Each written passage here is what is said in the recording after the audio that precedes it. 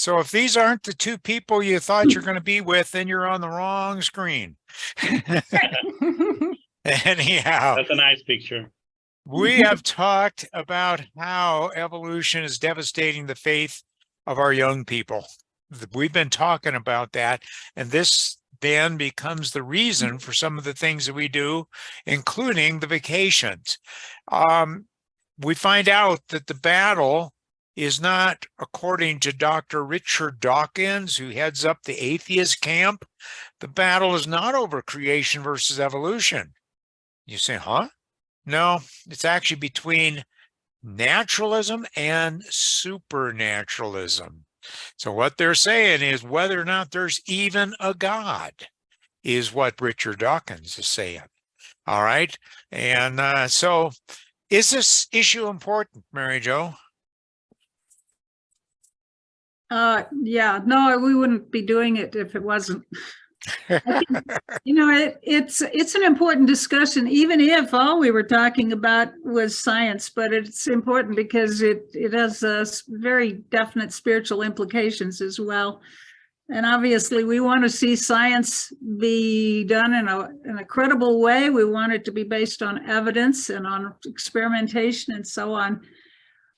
But that's a whole nother discussion. But why is it important? Years ago, we were in Jackson, Wyoming. We had an opportunity to speak in a public school for several days in a row. And the last day, we had a whole Q&A time, and the students had a lot of good questions. But one of the girls got up and she said, why are you doing this anyway? Who cares?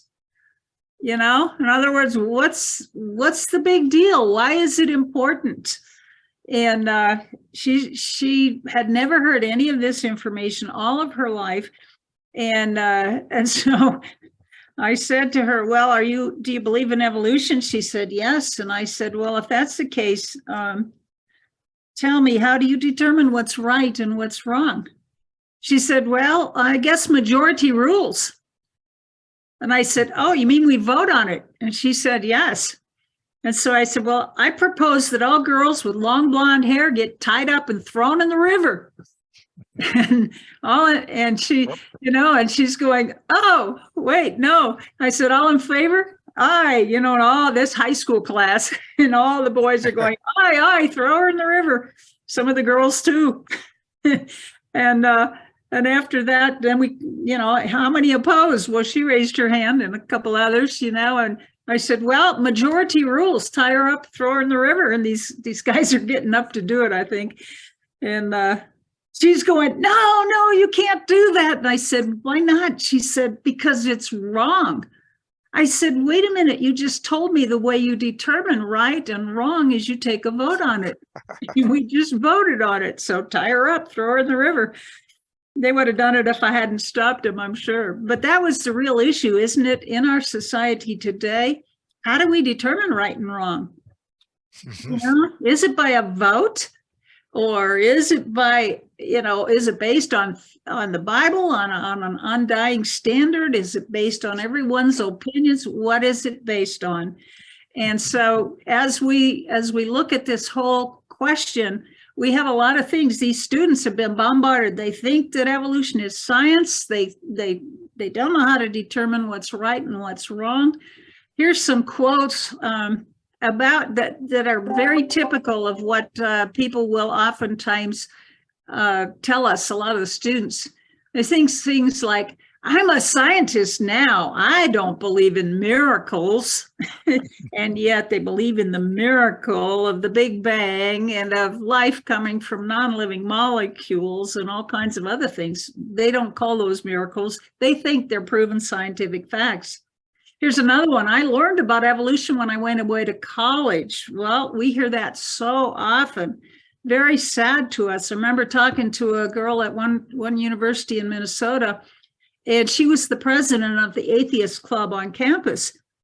And I asked her, well, tell me about that. When did you become an atheist? And she said, oh, about 6 weeks into fall semester.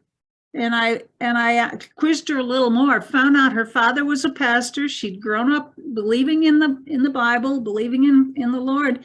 But when she got away to college, she told me it took 6 weeks only of college biology to destroy her faith, to the point where she was now the head of the atheist club on campus. That really bothered me. It's like, wait a minute, these kids need to be better prepared. Other students will say there's a lack of any sort of scientific or specific evidence of a creator. And again, that's all a matter of interpretation, isn't it? As we show in a lot of our other programs. Some other quotes from students: it no longer fits into what I understand of the universe. I love that one. When I think about what I understand of the universe, it's minuscule compared to what God knows about this universe. And even if we were to compare all of what's in all the scientists in the world for all time, everything we understand of the universe from science is pretty small compared to all that there is to know. So these students that say that obviously have a little bit of arrogancy in their thinking. Another one says, I have a hard time believing that a good God would allow so much evil or suffering in the world. Boy, we get that argument all the time. That is huge. And that's one we need to deal with. We know from a biblical perspective, we can trace this evil and suffering back to Genesis chapter 3 at the time of the fall. But there are a lot of implications that as creationists and believers in general, that we really need to be able to address with these students, because they have an innate sense of what's right and what's wrong, what's fair, what's just, and yet they don't have a foundation for it. And they really do not understand the character of God. So issues there that need to be addressed. There are too many injustices in the history of Christianity. And my answer to that is true, there are, but, it's not only in Christianity. And just because there is within Christianity as a whole doesn't mean that Christians themselves are the ones doing it. You are going to find things that need to be corrected, and we can acknowledge that. But the other side has lots of injustices also, I think many more. I had a bad experience at church with a Christian. Do you ever get that argument? I go, well, I had a bad experience at such and such restaurant. Well, I'm not going to go back there, Or any restaurants for that matter. Yeah, I guess it's kind of that attitude. We can have bad experiences anywhere, but, it's... Here's another one. I realized religion is in complete contradiction with the rational and scientific world, and to continue to subscribe to a religion would be hypocritical. First of all, the scientific world oftentimes is not all that rational or scientific.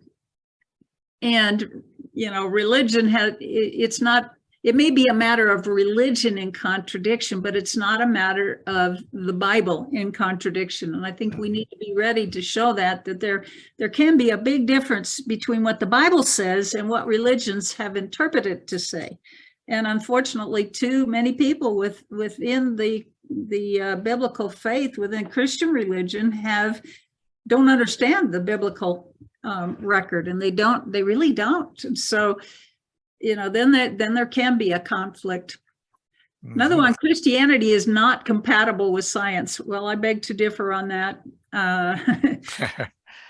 It's not a matter of Christianity as a religion as much as we're looking at the Bible and the faith in the biblical history and in the nature and character of God.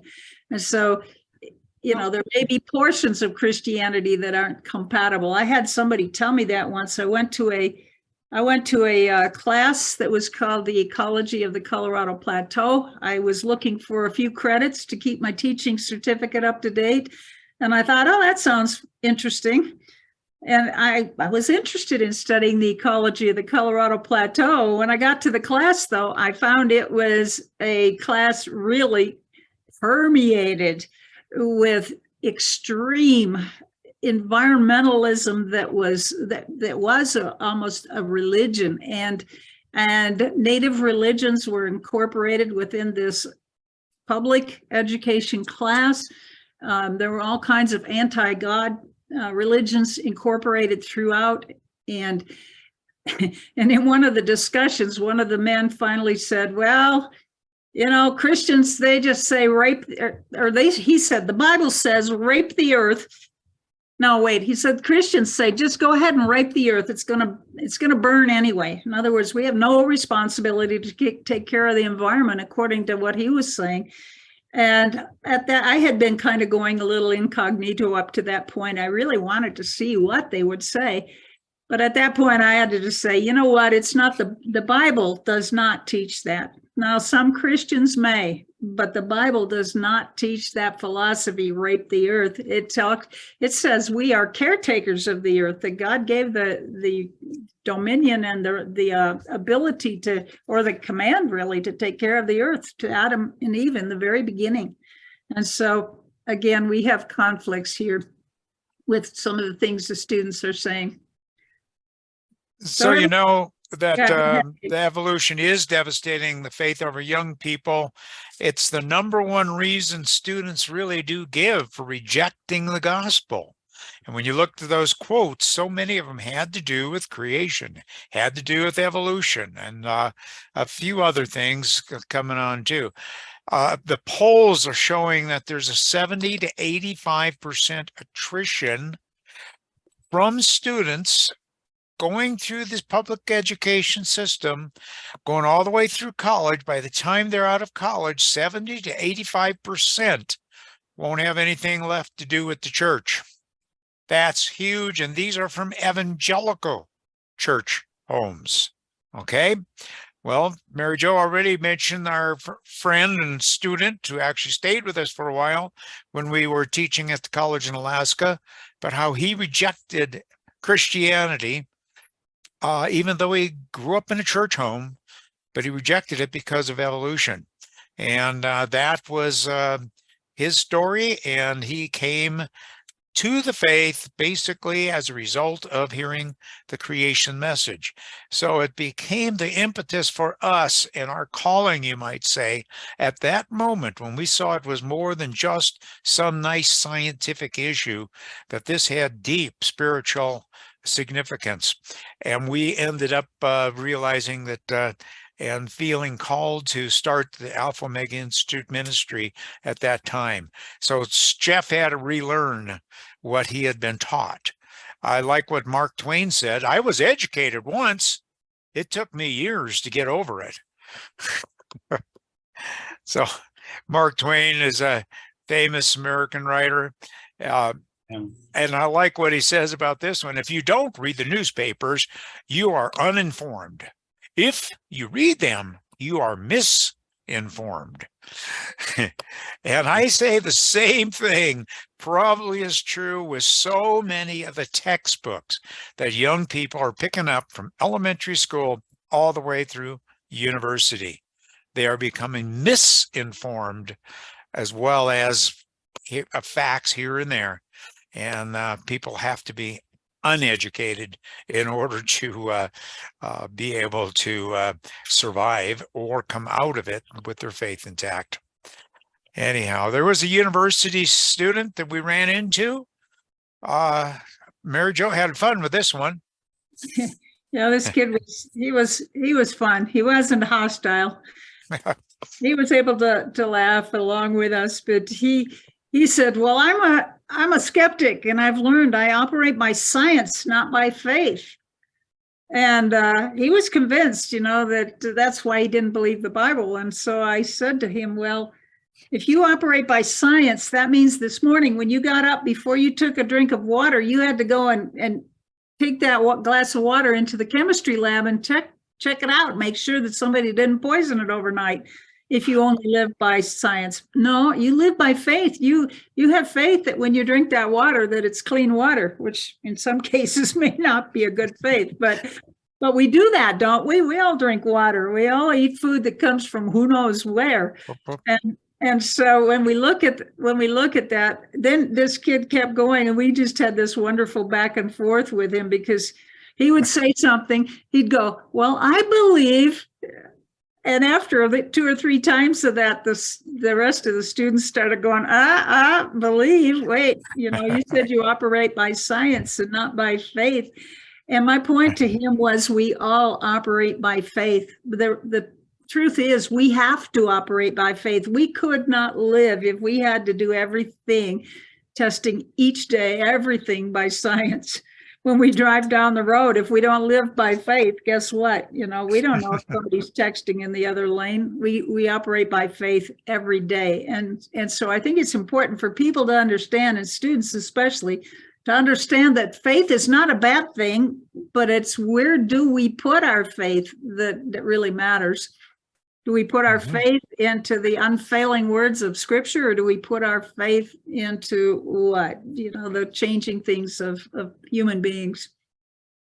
We encountered a teacher at the Northern Illinois University one time, and he teaches a class called Evolution and the Creationist Challenge. And we were doing several nights at that university. He came the first night and he asked a few questions. And I talked to him afterwards and I said, what do you teach in your class on evolution and the creationist challenge? And he said, we teach our students to deal with people like you. And I went, oh, and then he said, tomorrow night, I won't be so nice. Well, we sent out prayer requests and it went all around the world, I think. And the next night he had his whole class there. Great big auditorium. I think they said he had about 80 students there. And during the time, he did not ask any questions at all. It was his students that asked the questions, and they were respectful. In fact, in part of the time, he got up and the students were starting to talk among themselves, be a little bit, disruptive in the back. And he got up and he said, we made the agreement before this that we would be respectful and we would listen to the questions and the answers. And so that was like an answer to prayer. I mean, now I don't know where he's at today. We had an ongoing relationship with that professor over several years. And I felt like we were making a little progress with him, but I don't know where he's at today. I don't think he's at that university. We had another university student says, I can't believe the Bible because the Bible says the earth is suspended on the backs of two turtles. And so, Molly, have you ever heard anybody, did you find that in Scripture? No. Anyhow, we ran into another one. Oh, and by the way, this same professor stood up at this time that Mary Jo had these interchanges with, and afterwards he said, that is not one of my students. Anyhow, and we were on a ferry boat on one of our European creation adventures. He said, he's got to talking to this student. He said, my father's a pastor. He believed in evolution. So what's wrong with you, basically? and said, well, what do you believe? He said, oh, well, I don't believe any of that religious stuff. So this happens to the next generation if you don't take your faith and make a good, you might say, apologetic for that faith in front of your kids. And that is so, so important. Wait a minute, Dave, did you say apologetic? Are we supposed to be apologetic for our faith? What does that mean, Mary Jo? Yeah, it means to make a defense. It doesn't mean we should apologize for our faith. No. And so if you use that word apologetic with the general population, I would just clue you in. You need to let people know what you mean, because many times they don't. Right. Well, so many people are just devastated with their faith because of what they think is proven science. On our staff is Scott Mauser. Evolution was pivotal in him walking away from his faith. Creation was pivotal in him coming back to faith. And when he went away from the faith, it turned out that he got into all kinds of issues, and including drugs, including whatever else, and almost was quite suicidal and into an institution. But finally, when a chaplain asked to talk to him, but he's never had any answers to give. to somebody, or to answers for himself about how can I believe in evolution? Is evolution is true? What about the Bible? He threw out the Bible. And because he thought there were no answers until the chaplain at this institution he was in gave him a reasoned faith.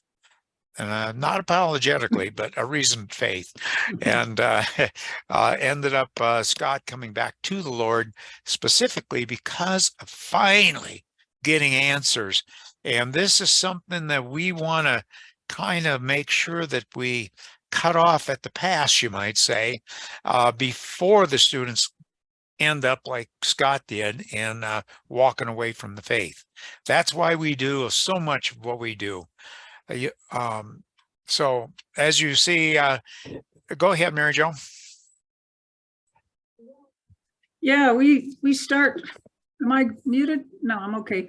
We start with the Bible, don't we? And if we look at the biblical record in Genesis, and if we look at true science, we find out that they fit very well together.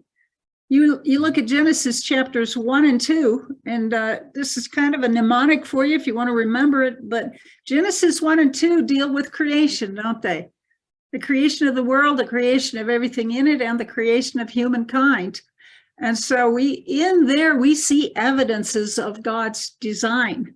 But then we get to Genesis 3 to 5 and we say, wait a minute, what happened to God's good earth? This is the question so many of those students are asking is, I can't believe a good God would allow all that evil. Well, if God did not allow the evil, then that would mean we have no free choice and no responsibility. We would just really be robots. God doesn't want us to be robots. He wants us to love him freely. He gives us our free will to choose him. And yet we see in Genesis 3 to 5 that Adam and Eve chose against God instead of for God. And as a result, we see the evil in the world. We see sin and suffering and death in the world. And eventually it all got so bad that we ended up in Genesis 6 through 8. God says enough is enough. And we see evidence there of the flood. Now, the account of the flood is very detailed in the biblical account. And it is talked about in accounts of peoples all over the world. But the biblical account is the clearest. It's the most detailed, I would say. And so we see an accuracy there. But we do see evidence that God is judge. He judges sin. Why does he judge sin? And I believe it's because he is holy. And because number two, because of his great love, because he knows that sin destroys lives. And God doesn't want that. He loves us so much. He doesn't want that sin to destroy lives or to destroy this world. So he cleansed the world at the time of the flood.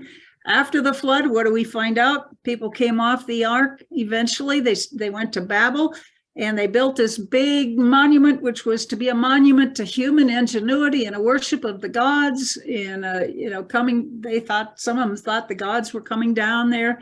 And God said, enough, again, enough. And he confused the languages and scattered people out over all the face of the earth. And what do we see from that? We see the geohistory that we see. We see we see the accounts, and we see people all over the earth with varying languages and cultures, but a lot of commonalities. Mm-hmm. And coming out of that, those of you that have been in other countries, you understand what a confusing mess it is when you don't understand the language. It makes it very, very simple or very hard to communicate. Mm-hmm. All right. And Alan have been in India many times, and Alan's been in a lot of other nations. You know how hard it is to communicate, right? I wanted them to come on this morning just a bit to talk to us about their experiences with AOI and how they first got connected to even know about AOI, and a little bit about why that's important, why creation is important in their lives. Go ahead, Molly. Okay, our turn. Your turn. My name's Molly. It says Alan on the window, but that's Alan and I'm Molly. We we're probably one of the most frequent flyers to Camp Red Cloud of any other people. There's one other family, the Jacksons, that maybe have topped us, but I think we've been 10 times.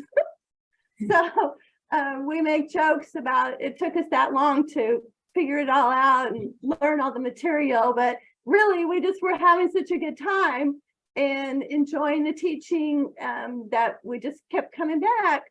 So we just want to recommend it and tell you, I think you both all, it looks like y'all are already sold followers of Creation Camp and Red Cloud and AOI. But my story is we moved to Fredericksburg and we were making new friends, and one of my friends invited me over for lunch. And so there was another lady there. So there were 3 ladies and we were having lunch, and we started talking about, well, what are you going to do for summer vacation with your family? We were all homeschoolers. And so they said, well, we might do this, we might do that. And I opened my mouth and I said, we would really love to go to a Christian camp, and we would love to go as the whole family and not just send our children off. We would like to have that memory and that experience. And so one of the ladies said, I've got just the place for you. She opened up her purse and she pulled out a flyer and she slapped it down on the table and she said, this is exactly where you need to go.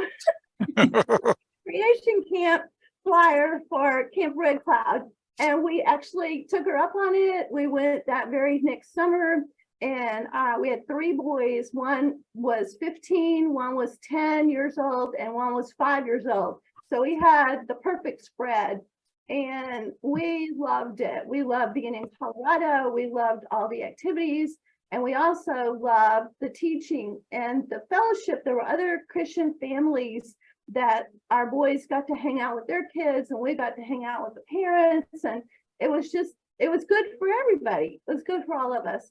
And so we just made it a habit. We just started coming and we got to know Dave and Mary Jo and the Stepanics and the other teachers, and it was like a family reunion every summer when we would go. And in fact, after 3 or 4 years, we were driving home all the way from Colorado to Texas. And we said, well, okay, guys, what would you like to do next summer? Would you like to do something different? And we could go to the beach. It's much closer to Texas than Colorado. And they'll piped up from the back seat. Oh, no, Ma, we want to go to Red Cloud and Creation Camp.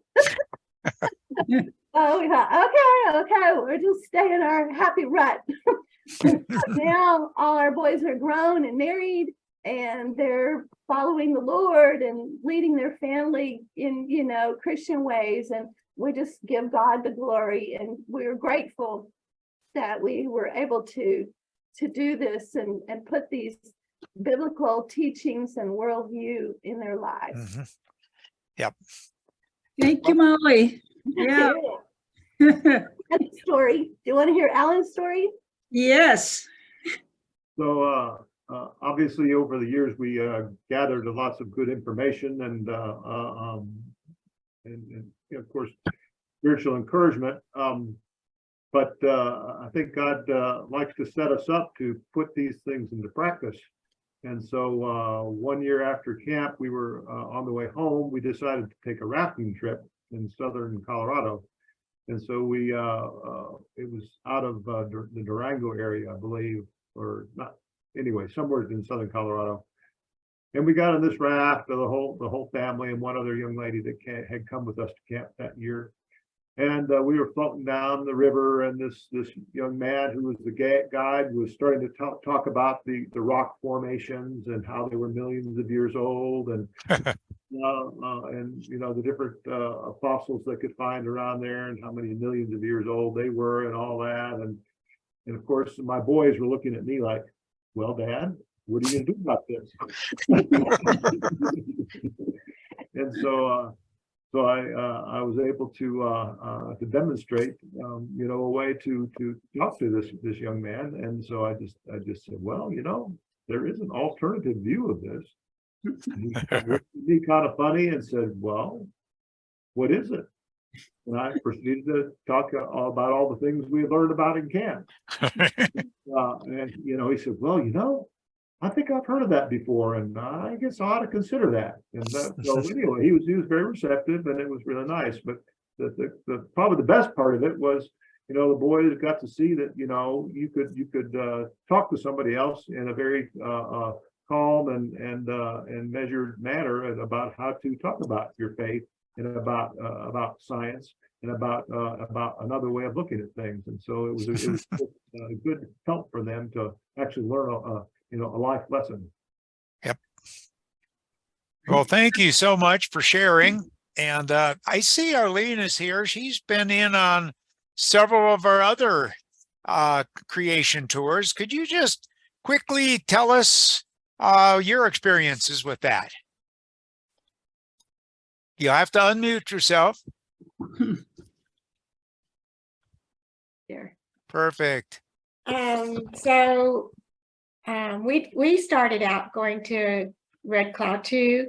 We met Dave and Mary Jo, and I want to say that was in 2011, something like that. We went. I think it was maybe y'all's last time to do it, because I think Red Cloud closed right after that.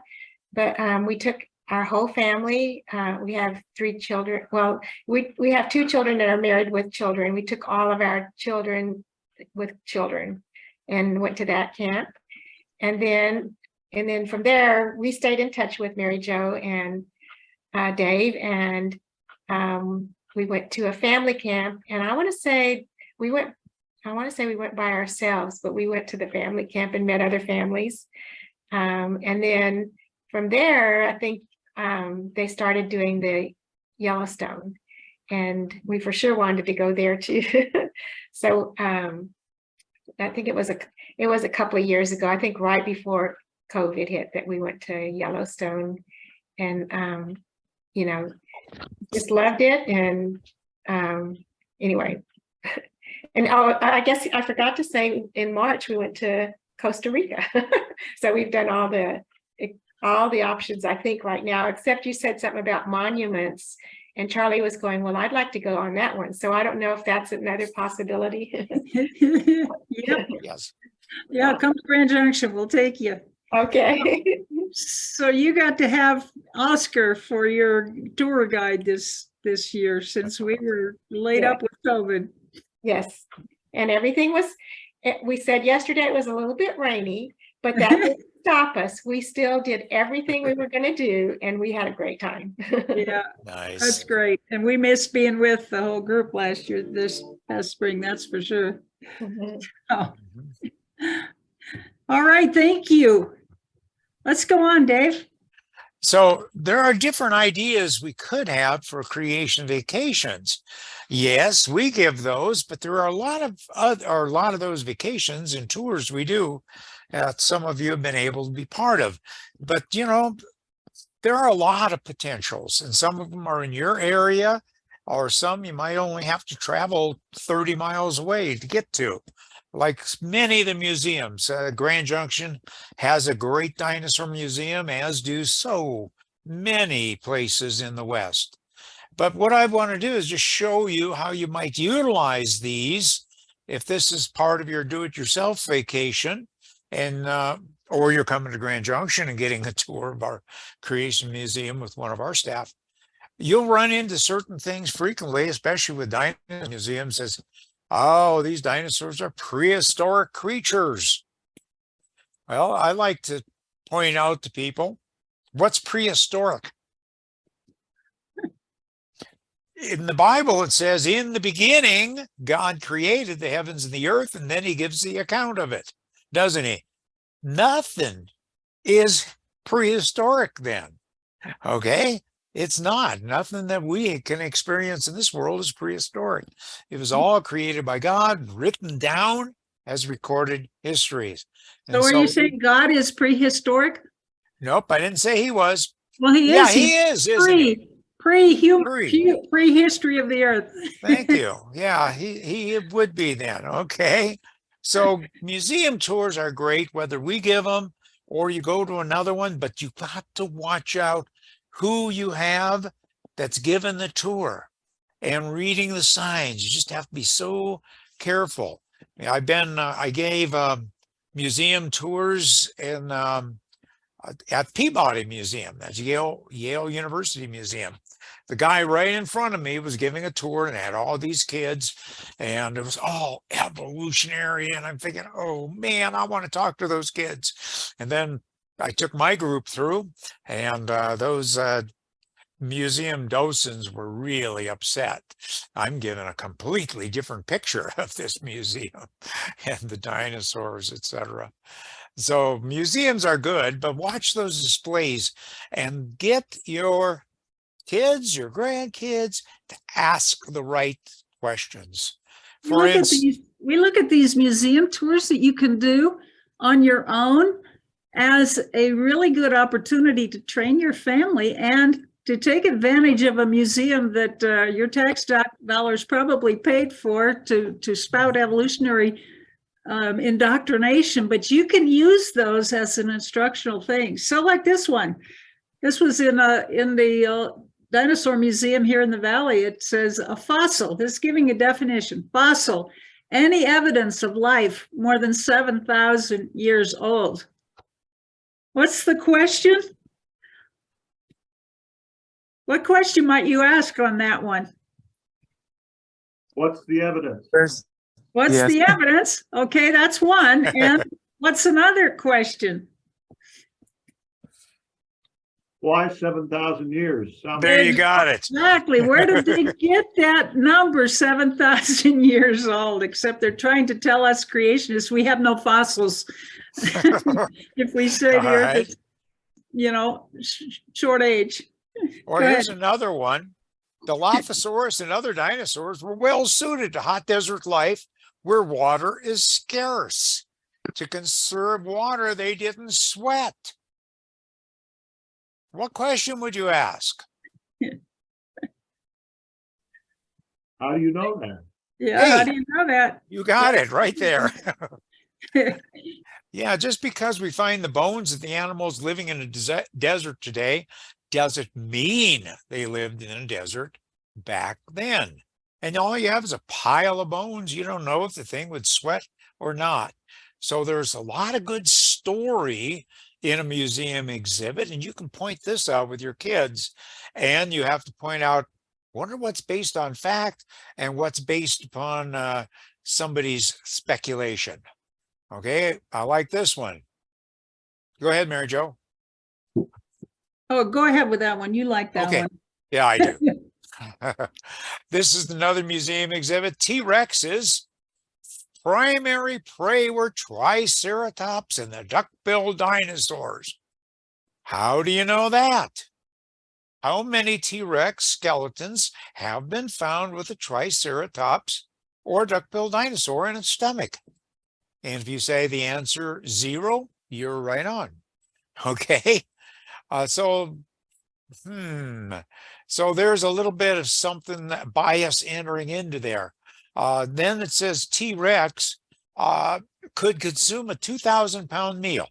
I think I'll grant them that because of the size of the stomach, size of the mouth and jaw, probably. But then listen to this next one. After such a hearty feast, T-Rex would not have to eat for 3 or 4 days and would spend the time napping. Sounds like good story, right? But not necessarily based upon fact. And so they have some facts mixed with actual evidence, and you get your kids to ask, how do they know that? Have them question things. And then you can basically have a teaching moment too. Wait a minute, they say these dinosaurs died out millions of years ago before man came on the scene. What day was man created? Oh, kids probably know day 6. Well, what else were created on day 6? Land animals. Yeah, land animals. So you can use the Bible for that if you want to show them that. And then realize that dinosaurs were land animals. So that sounds like both man and dinosaurs created on day 6. So that sounds like a good reasoning tool. But remember, when you're talking about young children, they don't reason sometimes. I remember one lecture we did in an inner city school in Minnesota, and I mean Dave went through the whole dinosaur lecture, and these were with families, not just kids, but there were lots and lots of kids in there. And he goes all the way through the whole thing, and he demonstrates over and over again how, dinosaurs and people lived together, on land, from the Bible and from science. He showed them. And at the end of the time, I was going, I don't know if they're really getting this. But so I asked them, how many of you think that dinosaurs and people ever lived together? Hardly any hands went up. How many of you think the dinosaurs died millions of years before people came on the earth? All these kids are raising their hands, and I'm going, oh, we got to have a different approach here somehow. Yeah, that's exactly right. It may take a little time because kids do not know how to reason the way that we would hope, and many adults don't know either. Well, another good place for you to take families would be to the zoo, and you can have a creation vacation. So many of you have zoos nearby. I would recommend that before you go to the zoo, you're going to see a bunch of animals. Make sure you take along with you God's big book of animals. All right, all kinds of different animals. You'll learn some facts. You'll have some things. You'll have some ammunition with you at that time when you take your family to the zoo. One of the it's things, a big enough book that if the lion gets out, you can beat him on the head with it. maybe, okay, if it works, that's a big enough book. This one here is one of the different animals, but you can also talk about tremendous design and ask your kids, do you think this happened by accident? Like, for instance, this clip springer. The clip is a foreign word, a German word that means cliff. And when you actually look at that, this thing is going to be hopping. It loves the high areas. And it is a springer for sure. The thing could be about 3 foot tall, but it can take a spring from where it's standing and go 10 feet up. And when it lands, it can hold fast. And the reason we call it the ballerina of Africa is when you look at the foot structure, you find out there are 2 major pads that go down. They're like rubber pads, and there's suction between them.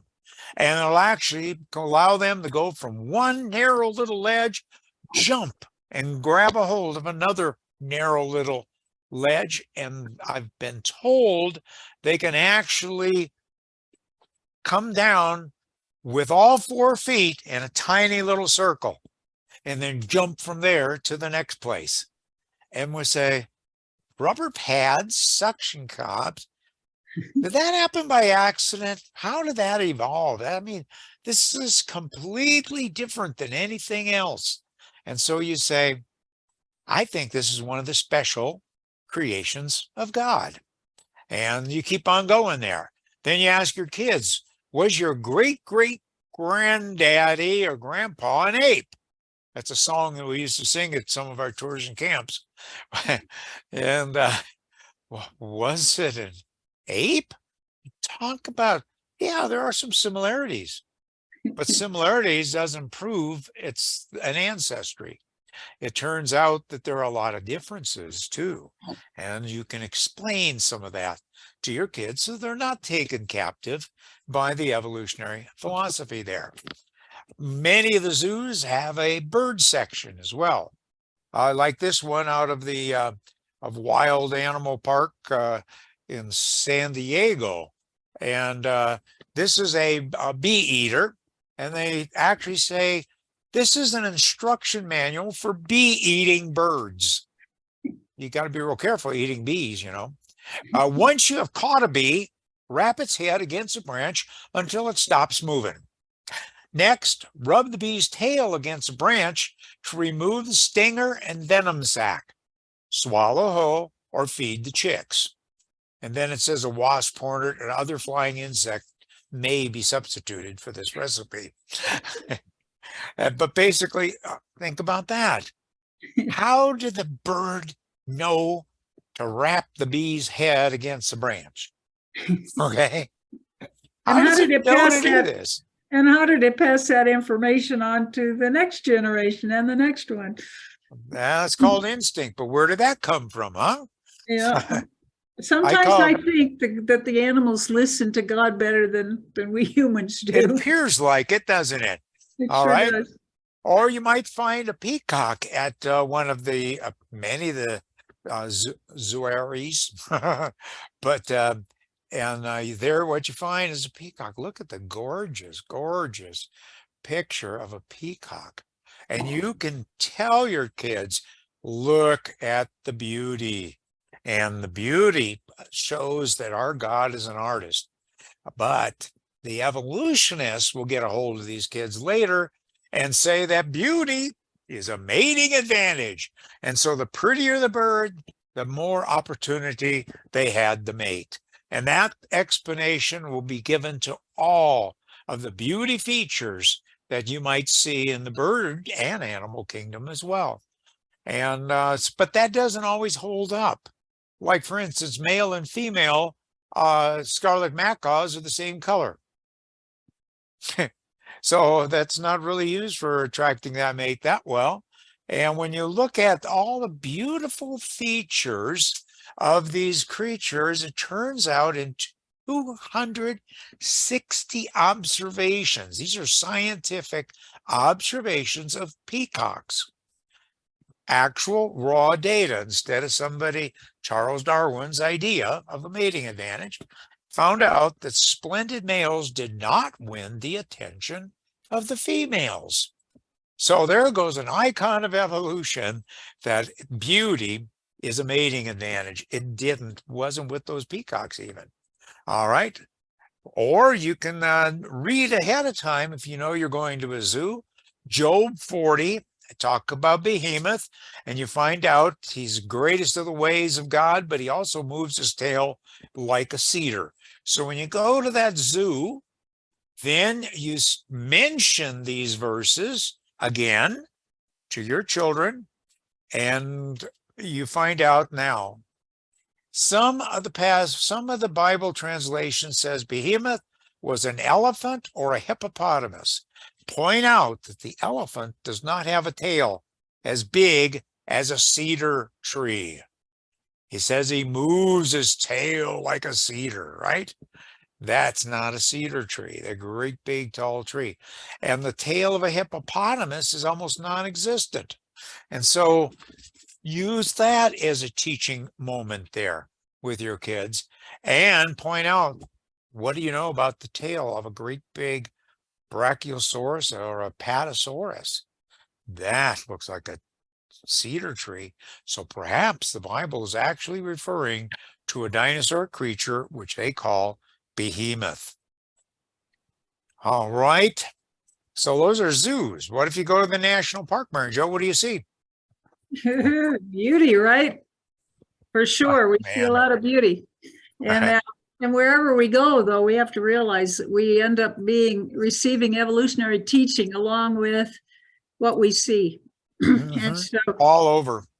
I mean, we look at the Grand Canyon and you go, wow, big hole in the ground. But when we really look at that, we go, well, the interpretation we're given there is it takes a lot of time to lay those layers down. And then it takes a lot more time to carve the canyon.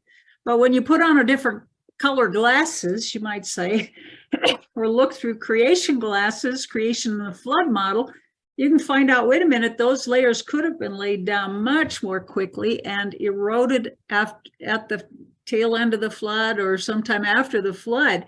And that could happen very, very quickly also. And so interpretation is real important. And as we go, we need to realize that almost all of the national parks, the interpretation is going to be from one perspective. And if we will help our kids, grandkids, and ourselves really, and other people that are there. We can talk to other people. I like to go along as I'm walking along the rim trails and stuff, and people are going ooh and ah, and I'll ask them, do you really think that little tiny river carved this canyon? And it's amazing how many people say no, and there are some that will tell me no, a flood explanation, but very few know that. And so Uh-huh. I'm able to offer them a different interpretation at that point in time. Right. And by the way, Nate Loper there from Canyon Ministries on the call with us today, basically will give tours of the Grand Canyon, as will some of our staff. So you can take a creationist tour at the Grand Canyon, and you find out if you have enough water, you can carve that canyon in a very short period of time. And whether that's be the water washing off after the flood as the mountains rose up, the valleys sank down, that's going to do a lot of sheet erosion. And then when the river channelizes, then it's going to carve deeper. Or there's a great big lake upriver from the Grand Canyon that suddenly discharges, carving out a good share of the remainder of the Grand Canyon. So you see that wow, there's other explanations, aren't there? Well, there's also a place that you can worship the Lord there. And go ahead, Mary Jo. Yeah, I always used to go and look forward to seeing there was a plaque at Hermit Rest at the building there that said that had a Bible verse on it. And it was so refreshing because everything we see in the park is anti-biblical basically. And so there were three locations in the Grand Canyon that this group, Canaan in the Desert, and it's a group of women that they really love to worship God. And they had they donated plaques to put in three different locations. You can see the scriptures. All the earth bows down to you. They sing praise to your name. And sing to God, sing in praise of his name. Extol him who rides on the clouds. To his name, extol him who rides on the clouds. His name is the Lord, and rejoice before him. O Lord, how manifold are thy works. In wisdom thou hast made them all. The earth is full of thy riches. And I love to see those verses there because it directs our hearts to the praise of God. And we really need it. Now, those verses came under conflict a few years ago, and the ACLU came in and said, oh, yes, you can't, that's religion. You can't teach religion in the national park. Separation of church and state. And it became kind of a controversy. In the end, I believe that they're back up there now. And it took 2 weeks. They took them down public because of the outcry. pressure. Yeah. But And fortunately, they had more pressure. They had to put them back on. So yes, it makes a difference when you speak out and let your voice be heard as well as the dissenters like the ACLU who had brought the judgment against it. Yeah, that's right. Well, go on, Dave. All right.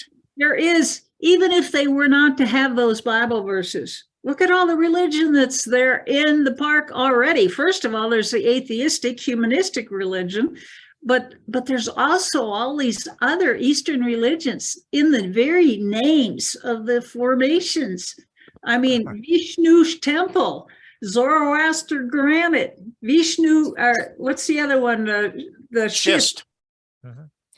I forgot Vishnu schist. Yeah, Vishnu schist and Vishnu temple. So, somebody came in to the Grand Canyon early on and gave names that were not biblical names to these places. And so it's a lot more direct than we might think. That's right. A great guidebook to the Grand Canyon. A lot of times if you go there without going on a tour, or even if you are going on a tour, this would be a wonderful book for you to get, either to prepare yourself to go or at least to remind you what you saw. And it's really good if you're going along those particular places to look over. You open up this book, there are pages that open up, and there you see exactly what you're looking at across the canyon. But in this case, it has arrows pointing to certain formations and what the significance of those are. And page after page is like that in this particular Grand Canyon guidebook. I love that book. It's written actually by some friends of ours from Pacific Northwest. And All right. if you're going to go to others of the national parks, there's a guidebook for Yellowstone and Tetons, and there's Yeah. also a book like this for Zion and Bryce. That's So, right. So if you're doing a creation vacation on your own with your family, there are resources for you that you can use to be able in your own family to bring in your own creationist viewpoint of That's these right. parks. Okay, what if you go to Glacier National Park or up at Banff? One of the things that you want to point out to your kids is look at those lines on those cliffs way over there.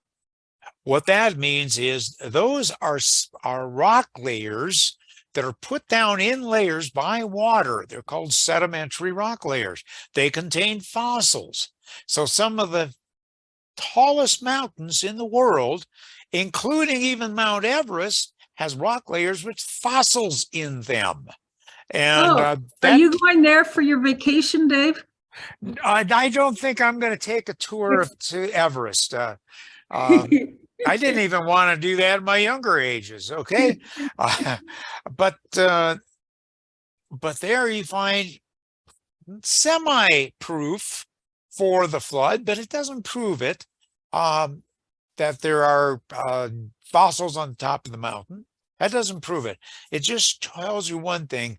Those mountains were underwater at one time, and then forces in the earth pushed them up to its present position, or the waters ran off those mountains, one of the two. And so it's a circumstantial evidence for the flood. Okay. You might go to Niagara Falls. Wow, that's a gorgeous place to go to. I've never been there, but some of you who might live on the eastern part of the United States, that's a wonderful place to go. Think about what Mark Twain was reasoning about the falls at one time and says, you know, at the present rate of erosion of that particular falls, why, this river would have been thousands of miles long in those few millions of years and been sticking clear out into the ocean. So I like his perspective on things sometimes. Another great place to go is Mount St. Helens in Washington. And there you find tremendous place to visit, but not when it was blowing up. May 18th, 1980, that mountain that was so beautiful, nice resort there, began the smoke, and it's not good with mountain smoke. All right. So basically that mountain blew its top, but wow. When it did, in a matter of days, it completely changed the landscape. So what you're doing here is showing, if your kids and your grandkids, you're showing them if the conditions are just right, guess what? It doesn't take long for canyons to form, layers to form. It can happen in a day or even in hours instead. And so no, we don't have to explain the entire face of the earth by millions of years of what's called uniformitarian geology, processes continuing in the past as they do today. By the way, there's also a creation museum that takes tours of Mount St. Helens, and they've got a very nice little museum there. On the west side of Mount St. Helens. Yeah. Okay, so if you need information on that, you can look it up, but we can give it to you as well. Why not go to Bryce? What does it look like there? Petrified what, Mary Jo? It looks like petrified mud to me. Yeah. Well, that's a concept in geology that I like to point to many of my students. When you see mud, think flood. And I've had people echo that back to me over the years. A gorgeous spot to go. All right. So again, we love taking students there, but there's also a guidebook as well. Same series on that Bryson Zion National Park. All right. Or you can, you have local things available. Go fossil hunting. Some of you live where there's a lot of limestone. We happen to live where there's a lot of dinosaur fossils. Brian over there in your upper right is holding up a piece of petrified dinosaur bone. And he was ecstatic to have been able to do that. You We can took find it. students You with can't us. take it. You can't take it home and No. the dinosaur bone, but you can find it and look at it. You can look at it, but it's against the law. Across the United States, you can't pick it up anymore and take it home. But our students, what? Go I ahead. was going to say, I didn't take it home, Dave. No, you didn't. Brian did I was a not good take boy. it home. I was a Good good boy. boy. Good boy, Brian. Awfully tempting, isn't it? Oh, it was tempting. And Take a Brian, picture. we found a dinosaur coming out of the ground there, didn't we?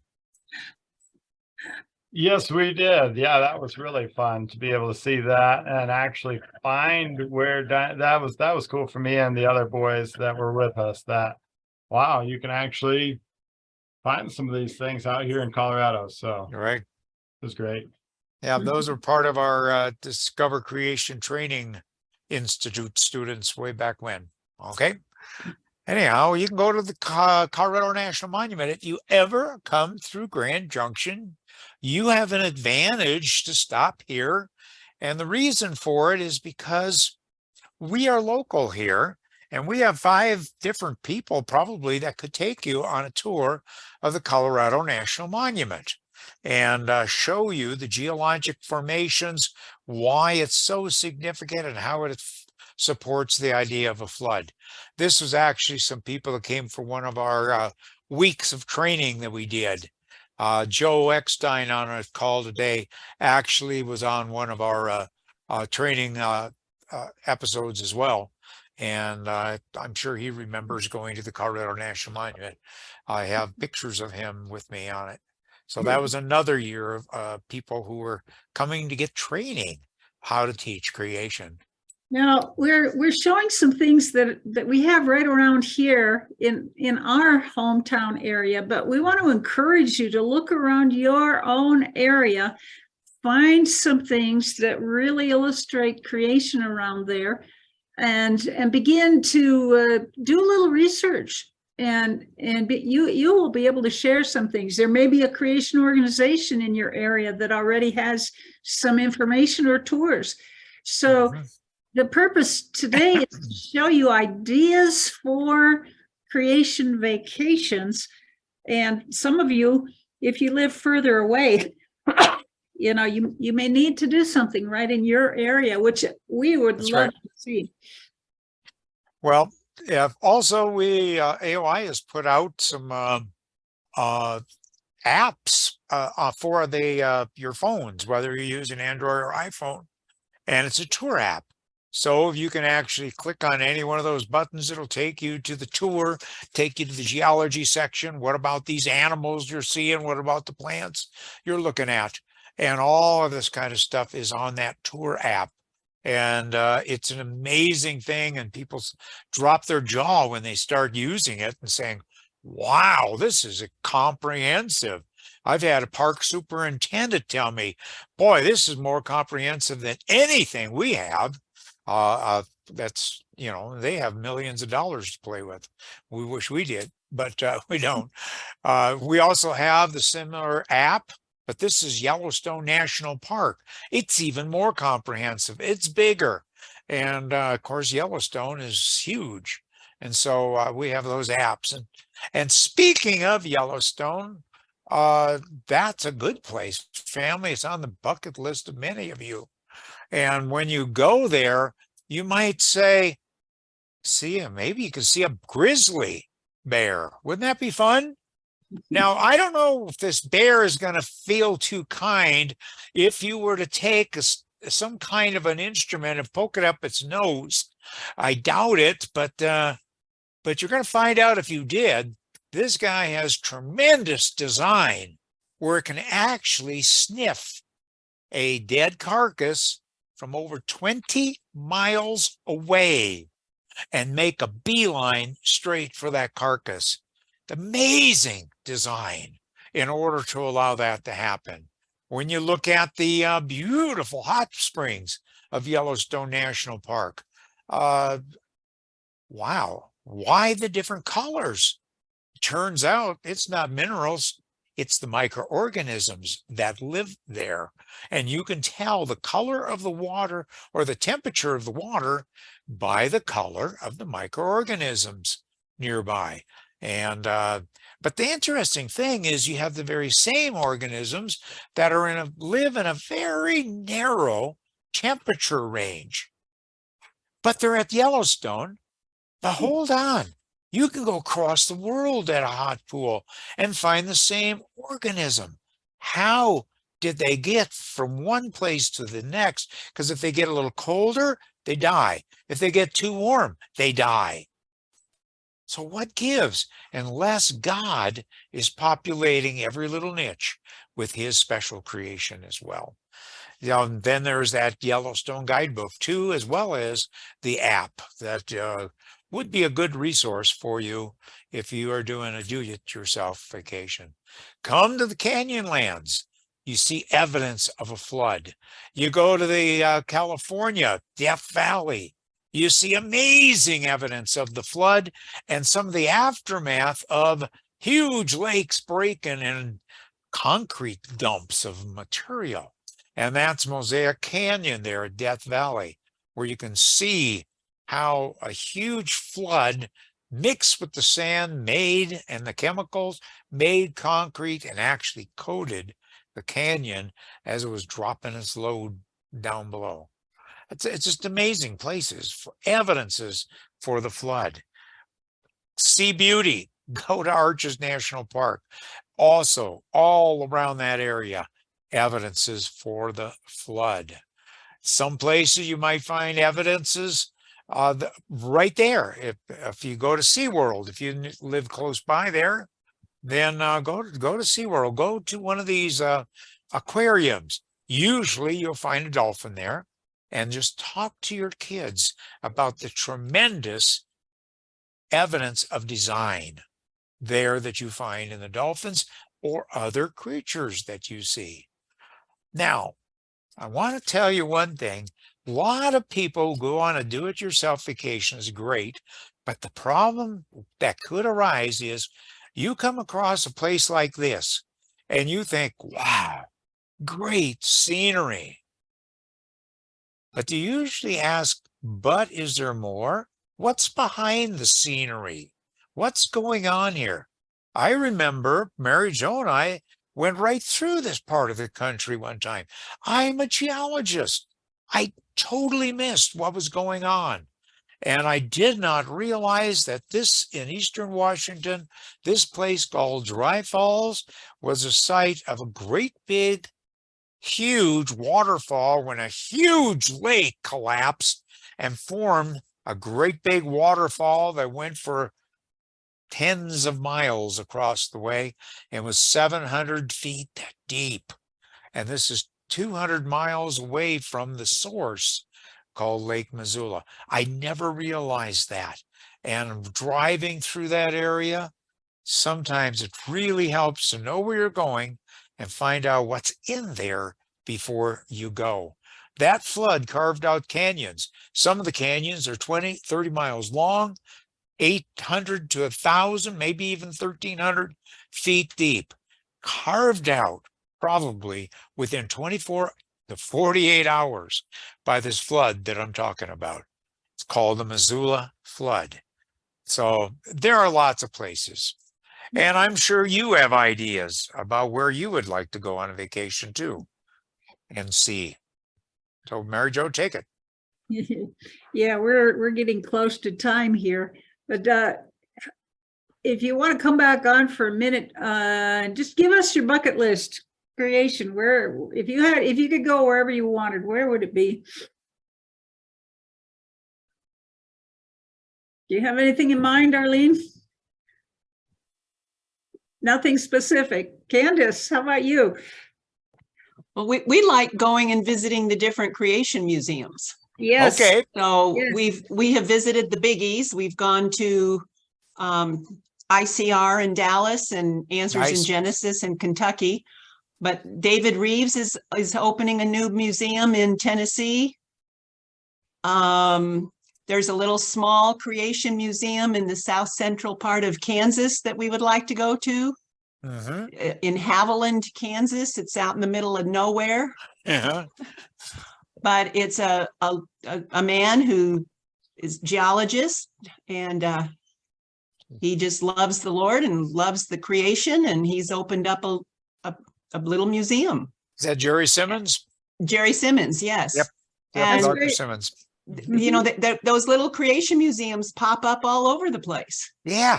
That's wonderful, isn't it? I mean, when we started in this way back eons and eons ago, when the dinosaurs were on the earth, there weren't very many at the creation. No.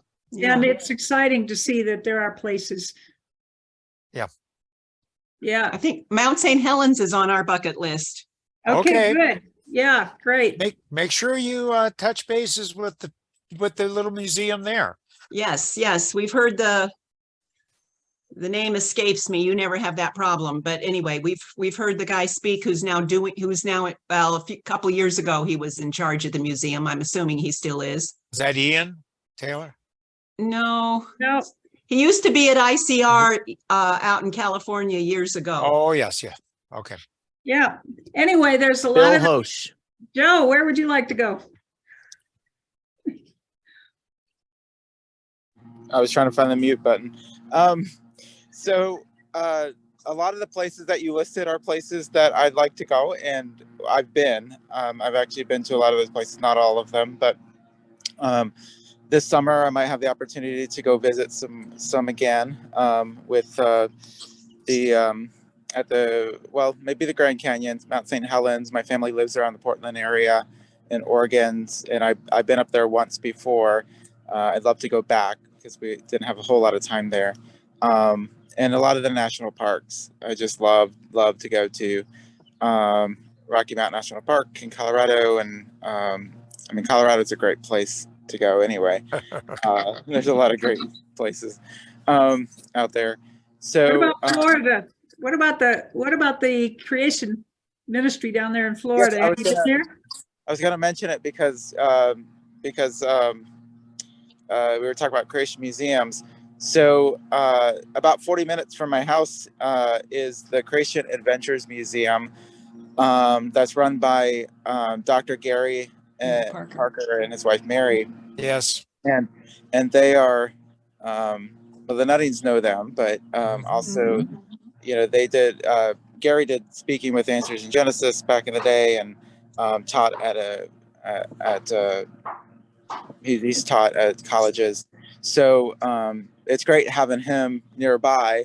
And I lead a group in my church that does creation apologetics and looks at topics related to that. And so we always plan a trip down there in the springtime. And I was just down there a couple of weeks ago, and I helped out with a group that was, they do a lot of, they do programs for homeschool groups and other groups that just come, and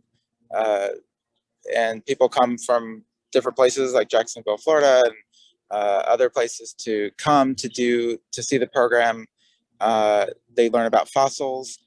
They've got a great fossil collection down there, and they do fossil hunting along the Peace River, which is a great location to find all kinds of fossils, because Florida was kind of a lot of fossils were deposited there, probably in the time after the flood. So yeah, it's a great resource to have. I love, I've gotten to know the Parkers well, and so now I'm helping out with some of the programs that they do there, which is great. Yeah.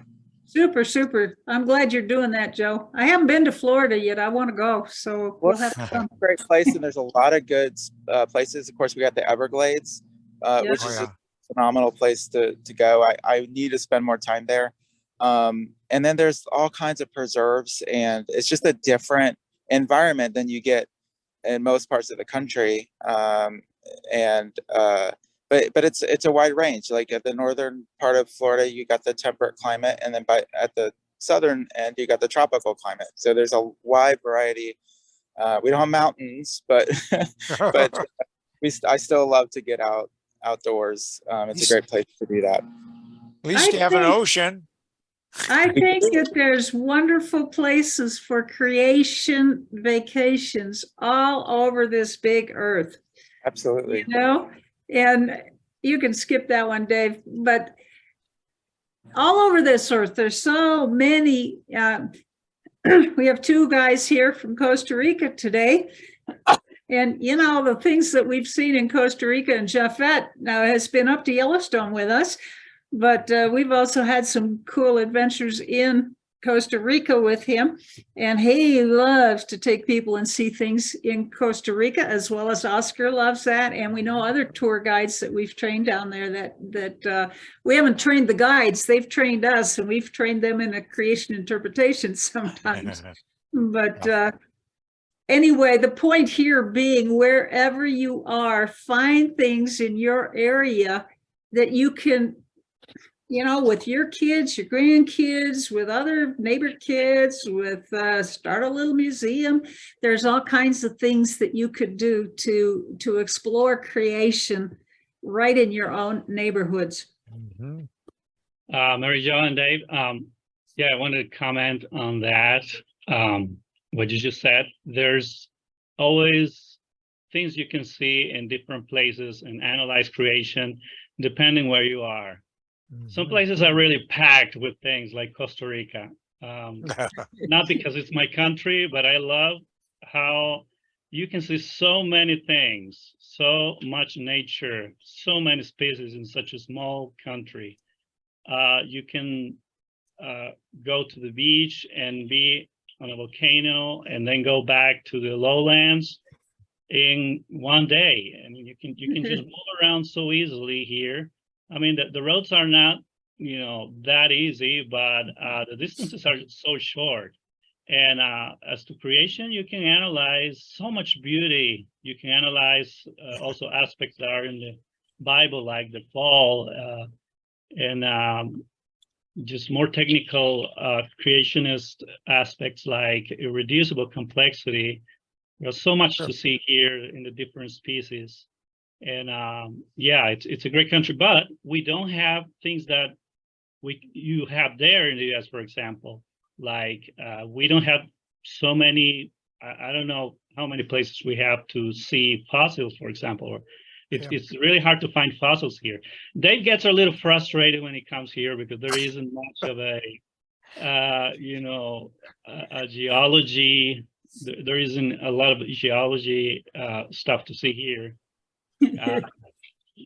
We can't really do a lot of excavations. There's a lot of vegetation covering the country, and it's not like in the US or Colorado. You got so much exposed areas where you can find fossils. We have found dinosaur fossils here. I'm not sure really. I'm not really sure about that, but it's not like a big thing here. We have found, I think over the Northwest, they found this big fauna. Like I think a giant sloth they found once. Yes. Yeah. And a mammoth. I don't know. I'm not really good at this topic of the fossils here in Costa Rica. Yeah, we need to, we probably need to do a little more research into that too. The fossils are there, I believe, but you just can't see them because of all that wonderful green vegetation and all the beautiful flowers. And Dave will go, wait a minute, there's too much biology here. We want more. But I've got him convinced. I've got him convinced that the living things are more exciting than the geological. But then he's got me convinced that I love the geology too. So, But you have good geology of volcanoes We did find a good fossil bed on the beach up around Yahoko. Yeah. We've had that near Punta Leona. So we did find fossils there, and yes, you can find some of those. So sure. I would love, for example, I would love to see a bear. I've never seen a bear in the wilderness myself. I haven't even seen a bear in a zoo. I think I once saw a desiccated, is that the word? Yeah, desiccated, is that the word? Am I using, when they do the taxonomy on, I'm Oh, lost. when you When come they up, desiccate an animal. I saw one, a bear. That's all I saw. okay, when you come to Yellowstone with us, Oscar, we'll make sure we're going to set you out overnight. We're going to put a can of tuna on you along your toes. Dave, I know And that story. we're going to sit there all with our cameras ready to take that picture Of the bear. of the bear that comes, because they Dave, love the smells of the tuna. I think Jaffe already had an experience there once with a bear when he went out Yeah, there. You got to really, Yeah. really. yeah. But be anyhow, we careful. see it. So why would you go with AOI to Costa Rica? Why would you do that? Why would you go to AOI to Yellowstone or Twin Peaks camp, which is just outside of Grand Junction on the mountains? Why? Well, I think there's a reason for it, because all you have to do is show up.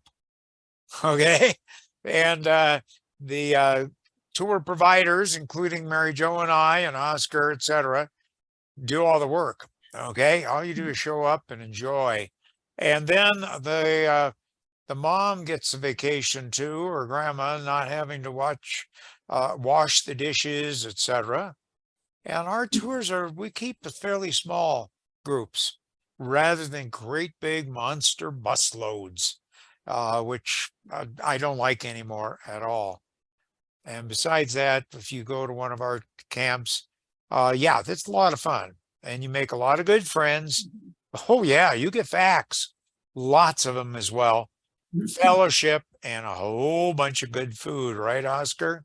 Oh, yeah. And really, compared to other vacations of a similar way of going, these are quite affordable. And people say, well, my do-it-yourself vacation is affordable and probably cheaper. But that isn't necessarily the case, because when you look at our price of our Yellowstone tour, if you had to take a hotel somewhere there at Yellowstone or whatever, do you realize that one hotel room is likely going to cost you the entire one night is going to cost you about the same amount as it is for the entire weekend or week that we do with these tours. And so, yeah, you're not necessarily saving money. It's these can be quite affordable. And if you take a eco tour of Costa Rica or some of the other ones, you're paying more than double for a similar type of a tour that we try to keep the prices down for you. So your homework is going to brainstorm places for a creation vacation near where you live, unless you're coming out here, okay? But find out places that you can go to and recommend to your homeschool co-op or other people in your church to come up with a creation tour. So if you're in Florida, Joe is going to be talking about the probably take people to the Peace River there with the Parkers. And I guess Joe can give you a tour of that as well.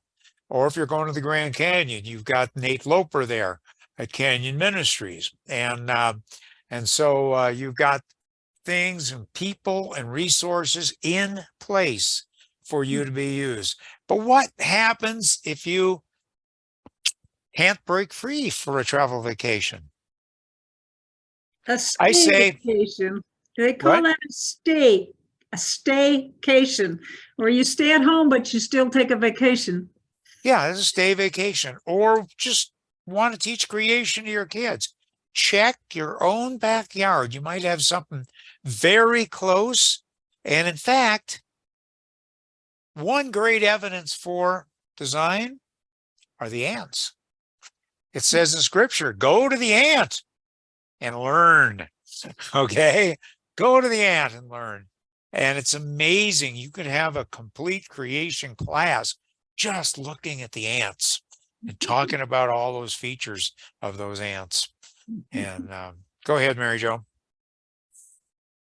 Oh, no, that's fine. Just, Okay. I think due to the time, we're going to wrap it up now, but you can visit our website for one thing, discovercreation.org, and there's a section on there for camps and tours if you want to find things that AOI does. We also have a list that I put together. It's not by any means comprehensive, but if you send us your email, and I think most of you are on our email list, we could email you that resource. And what we would love to do with that is to continue compiling other things. So you can help us with that by sending us things that relate to your area or other creation places for vacations that you know about. Right. So this is several pages of this list. And that So was email just- me at davenutting@discovercreation.org and we can get that out to you. Yeah, that list is, I mean, just through some quick brainstorming and a little bit of web research, but there's lots more to be put on there. So we can continue to build that list. Yep. So we will be back at this same time tomorrow morning to wrap up this 3-day workshop on creation vacations. We would encourage you again, if you know somebody that should be on here, to let them know, to give them the link for this. And we will be trying to get replays up, but we're a little slower doing that than some of the other people that are doing these things. We still are learning the tech. But we'll be getting some replays up and let you know about that.